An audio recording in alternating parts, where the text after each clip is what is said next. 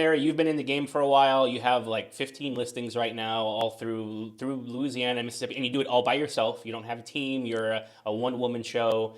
I know one thing we talk a lot about are relationships in real estate, and I know. I mean, for me, relationships are everything. I think for you, they're the same. Yes. Can you kind of go into that a little bit, like relationships in real estate? Any new realtors or realtors that are struggling? What does it mean to have a relationship with your clients, past clients, nurturing? Just can you expand on that a little bit?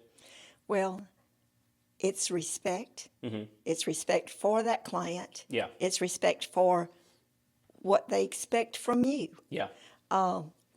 It is showing them a house on Christmas Eve sometimes. Mm-hmm. It is, sometimes it's crying with them, you Mm-hmm. know. Sometimes you have to tell them bad news. Mm-hmm.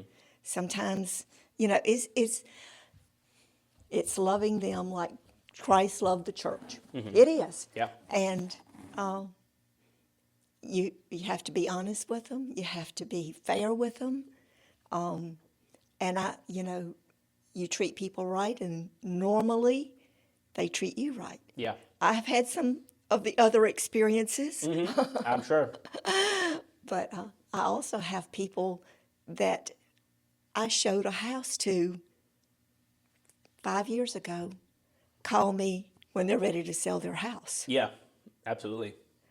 So, it's Those are the best, aren't they? When they like, oh, are they thought of me even after all this time, right. And also, I'll add to your list, putting them first. Yes. Putting them and their needs and really listening to what they want and what they say, and putting them first. Like for example, if you are meeting with a new family and you're showing them a house for the first time, and say you really want the sale, you really need money or whatever, and you go in and you're like, oh, this is beautiful. Oh, look at these marble countertops. Oh, look at this view. Oh, this is the most magnificent house I've ever seen. Oh, you guys got to get this. They're going to see through that. Right. They're going to see, oh, this is a salesman trying to push me to sell me on something. I point out a lot of bad stuff in a house because I want them to be aware. It's like, this house looks great, but there's possible termite damage here. I Right. see maybe a little mold issues here. We definitely want this to be inspected, this to be looked at. Almost like I'm talking them out of the sale, because I want to protect my people. I don't want them to buy something they're going to have problems with. So putting them first, when they see that you put them first and their needs first, you're their realtor for life. Right. They're Right. gonna love you. They're gonna refer you out, and you're going to make more money in the long run with those people. You may lose that sale. They may not buy that house, but they will use you in the long run. And that's what it's all about. The long nurturing, the long game. If anyone's in this business to get rich quick, everyone who has been doing this for a while will just laugh at you. Right. That's a joke. There is no getting rich quick in real estate. No, there's not. It's the long game, but it's amazing. You build so many friendships and relationships with people. You meet people's family. You meet people's kids. Here's a story. This is a great. This just happened. So, I recently did an open house for one of my seller clients, and this family walked in with 5 kids. Beautiful family here in Slidell. And I was talking to them, and that house didn't work for them, but they wanted me to show them some other houses. So I got a list what they wanted, what they liked, showed them some more houses. They put a house under contract that we looked at, and then they had me sell their house at the same time. These people they foster children, so they had a little baby that they were fostering, and they were thinking of just actually adopting and just keeping. So we go through the whole process. I sell their house. They buy.